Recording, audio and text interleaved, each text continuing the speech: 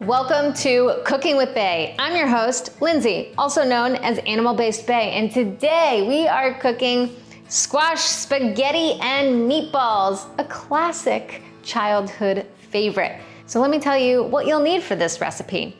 You're going to need about a pound of ground meat. So pick what kind of meat that you'd like. For me, it's a great way to include an ancestral blend or a caveman blend, something that includes a little bit of liver and heart in there. It's a great way to sneak it in just because I'm adding this delicious cream sauce to the spaghetti and meatball dish. So you'll definitely need a pound of meat. You'll also need about a cup to 2 cups of cream, depending on how much you're making. And you'll need a squash. This is what's known as a spaghetti squash. Then you will also need some salt, of course, because we like to salt our dishes. And then we need some butter so that you can coat your squash with it when you put it in the oven. And then grated Parmesan Reggiano cheese.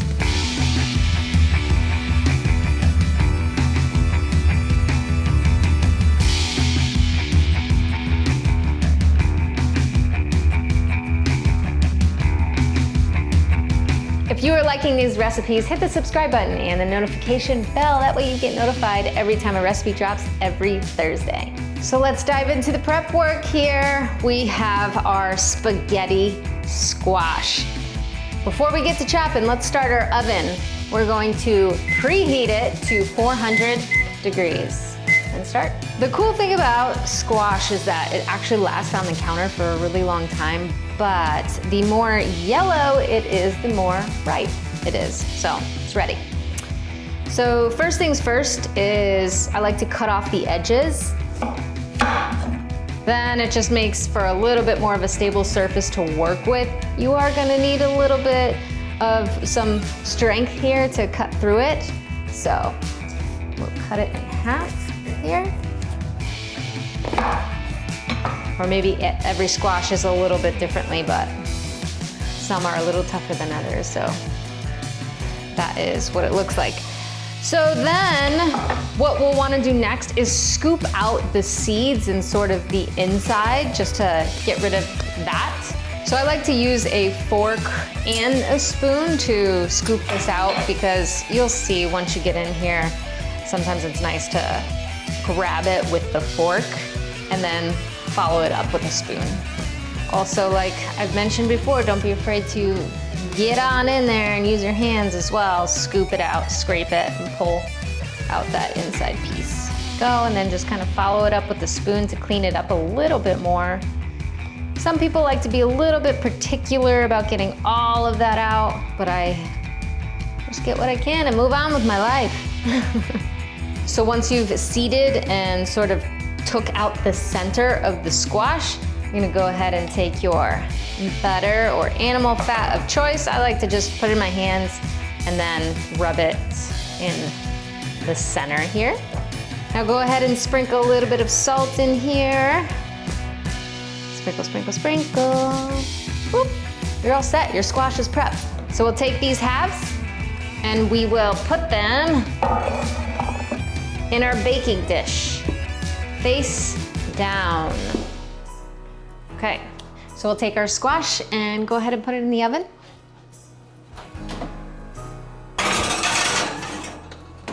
And we'll set that and look at it in 30 minutes. So while the squash is in the oven, we can go ahead and get started on our meatballs. So pull out the amount of meat you want and then create your little meatballs, your portion sizes. I like to split in half, and then we split it in quarters, and then we split those in half, and then even another half. So, not sure what that turns out to be, maybe 1/16-ish, 16 meatballs, something like that. So these meatballs are Ancestral Blend by Force of Nature, which is in Texas, and it's actually in like a Fredericksburg area in Texas. So they are a great regenerative farm, animal welfare, just pasture raised as nature intended. And this is actually bison. This is Ancestral Blend bison. So what that means is there's liver and heart in here. Of course, I switch it up with my meatballs. I'll do either beef or lamb or kind of whatever I'm feeling that day. But the reason why I do include some of these more ancestral blends is just to fuel my body with a more well-balanced nutrient profile. So when the oven is about 25 to 20 minutes or so, I'll take the meatballs and I'll place them in the oven as well, so they're done at the same time. I'm actually going to drop them a little lower. It's not just about what we eat, it's also about how we move our bodies. Regular physical activity supports immune function, helps clear bacteria from the lungs, and reduces the risk of illness. Okay, so every oven is different, so I always check after 30 minutes, between 30 to 45 minutes, maybe even a little bit longer. So after about 30 minutes or so, squash and meatballs are ready. I'm gonna pull them out. Beautifully roasted squash. Meatballs. Wonderful. Ready to go. Okay, so once the squash has cooled a little bit from the oven, then you'll be able to handle it a little bit better. Look how beautifully golden that is.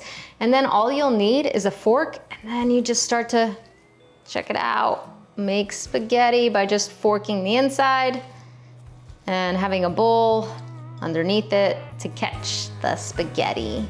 It keeps coming out. The squash yields so much, so this is a great way to get some non-sweet fruits in your diet, little carby, and it does last a long time, and it feeds a family.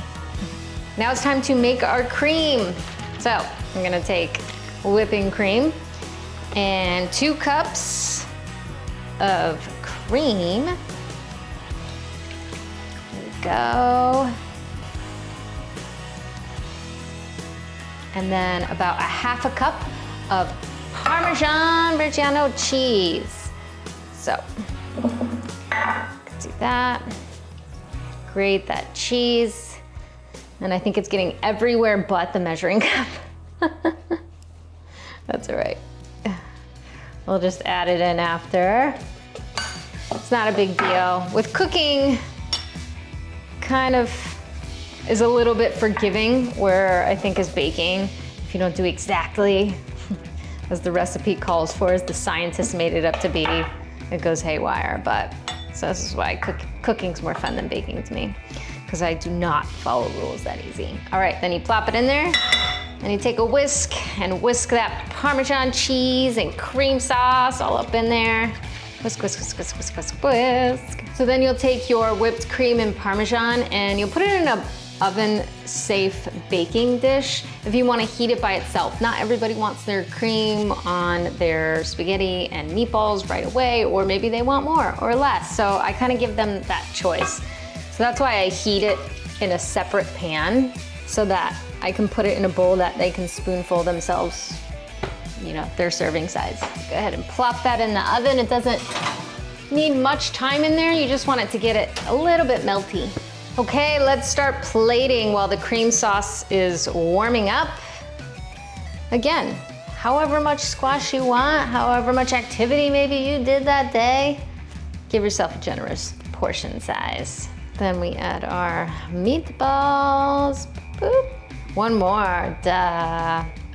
Okay, let's get our cream sauce out of the oven. We don't wanna overheat it, just a little bit to warm it up and for the cheese to start melting a little bit, but not all the way.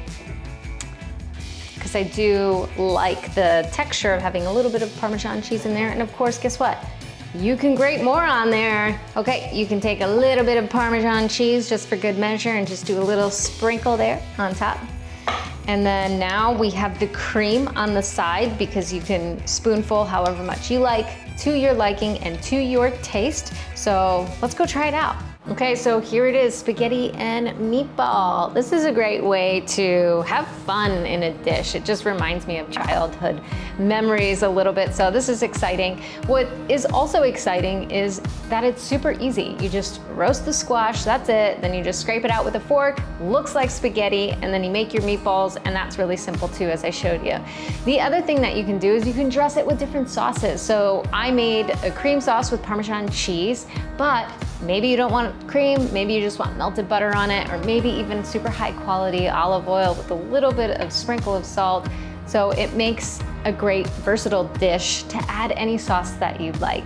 So without further ado, actually let me get my guest, because I made her a plate too. Choxy, yes, this is dog friendly squash meat.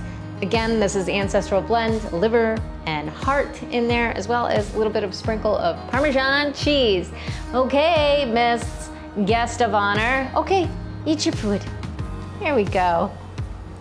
As I drizzle my cream sauce on this spaghetti and meatball dish, preparing for a tasty bite, don't forget to subscribe and hit the notification bell down at the bottom. Please come back, share your thoughts, tell me what sauce you tried for your spaghetti and meatball.